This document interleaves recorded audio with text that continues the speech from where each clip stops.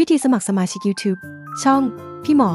สำหรับผู้ใช้งาน iOS เข้ามายังหน้าช่องพี่หมอมายังเมนูโพสต์จะมีลิงก์ให้กดเพื่อสมัครเลือกระดับสมาชิกที่ต้องการหากต้องการสอบถามเพิ่มเติมติดต่อมาเพจติวกฎหมายกับพี่หมอได้เลยค่ะเมื่อเลือกระดับสมาชิกที่ต้องการได้แล้วกดที่ปุ่มสมัครเลือกช่องทางการชำระเงินแล้วกดที่ปุ่มซื้อหากการชำระเงินสมบูรณ์จะขึ้นหน้านี้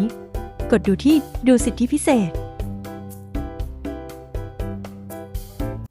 วิธีสมัครสมาชิก YouTube ช่องพี่หมอสำหรับผู้ใช้ Android เข้ามายังหน้าช่อง YouTube พี่หมอสังเกตปุ่มสมัครด้านล่างแล้วทำการกดปุ่มสมัครเลือกระดับสมาชิกที่ท่านต้องการหากมีข้อสงสัยสามารถสอบถามเพิ่มเติมได้ที่เพจ Facebook ติวกฎหมายกับพี่หมอแล้วทำการกดปุ่มสมัครตามระดับที่ท่านต้องการเมื่อทำการกดปุ่มสมัครแล้วจะขึ้นเลือกช่องทางการชำระเงินเมื่อชำระเงินเสร็จสิ้นแล้วระบบจะขึ้นสมัครใช้บริการหากการสมัครเสร็จสิ้นสมบูรณ์จะขึ้นดูสิทธิพิเศษหน้าช่องค่ะหากต้องการอัปเกรดระดับเพิ่มเติมสามารถกดได้ที่ปุ่มอัปเกรดเพื่อยกระดับสมาชิกและปลดล็อกสิทธิพิเศษเพิ่มเติมค่ะเข้ามายังหน้าการเป็นสมาชิกปุ่มอัปเกรดจะอยู่ด้านล่างขวามือค่ะเมื่อเลือกระดับตามที่ต้องการแล้วให้กดไปที่ปุ่มเปลี่ยนระดับการชำระเงินในรอบเปลี่ยนระดับระบบจะหักค่าส่วนต่างจากระดับก่อนหน้าอย่างเช่นเปลี่ยนระดับจากระดับ20 บาทเป็น150ระบบจะหักเงินเพิ่มอีก130 บาทวิธีสมัครสมาชิก YouTube ช่องพี่หมอสำหรับผู้ใช้งานคอมพิวเตอร์เข้ามายังหน้าช่องพี่หมอกดที่ปุ่มสมัครเลือกระดับสมาชิกที่ต้องการหากต้องการสอบถามเพิ่มเติมติดต่อมาเพจติวกฎหมายกับพี่หมอได้เลยค่ะ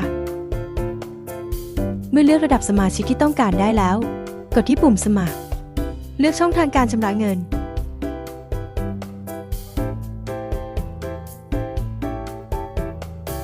กดที่ปุ่มซื้อหากการชำระเงินสมบูรณ์จะขึ้นหน้านี้และกดดูที่สำรวจสิทธิพิเศษของสมาชิกหากต้องการอัปเกรดระดับสมาชิกเข้ามายังหน้าช่องแล้วกดที่เมนูการเป็นสมาชิกกดที่ปุ่มอัปเกรดเลือกระดับสมาชิกที่ต้องการอัปเกรดกดปุ่มเปลี่ยนระดับการอัปเกรดระดับระบบจะทำการหักค่าส่วนต่างจากระดับที่เคยสมัครและกดที่อัปเกรดวิธีสมัครสมาชิก YouTube ช่องพี่หมอสำหรับผู้ใช้งาน Mac เข้ามายังหน้าช่องพี่หมอกดที่ปุ่มสมัครเลือกระดับสมาชิกที่ต้องการหากต้องการสอบถามเพิ่มติดต่อมาเพจติวกฎหมายกับพี่หมอได้เลยค่ะเมื่อเลือกระดับสมาชิกที่ต้องการได้แล้วกดที่ปุ่มสมัครเลือกช่องทางการชำระเงินแล้วกดปุ่มซื้อหากการชำระเงินสมบูรณ์จะขึ้นหน้านี้กดดูที่สำรวจสิทธิพิเศษของสมาชิกหากต้องการอัปเกรดระดับสมาชิกเข้ามายังหน้าช่องแล้วกดที่เมนูการเป็นสมาชิกกดที่ปุ่มอัปเกรด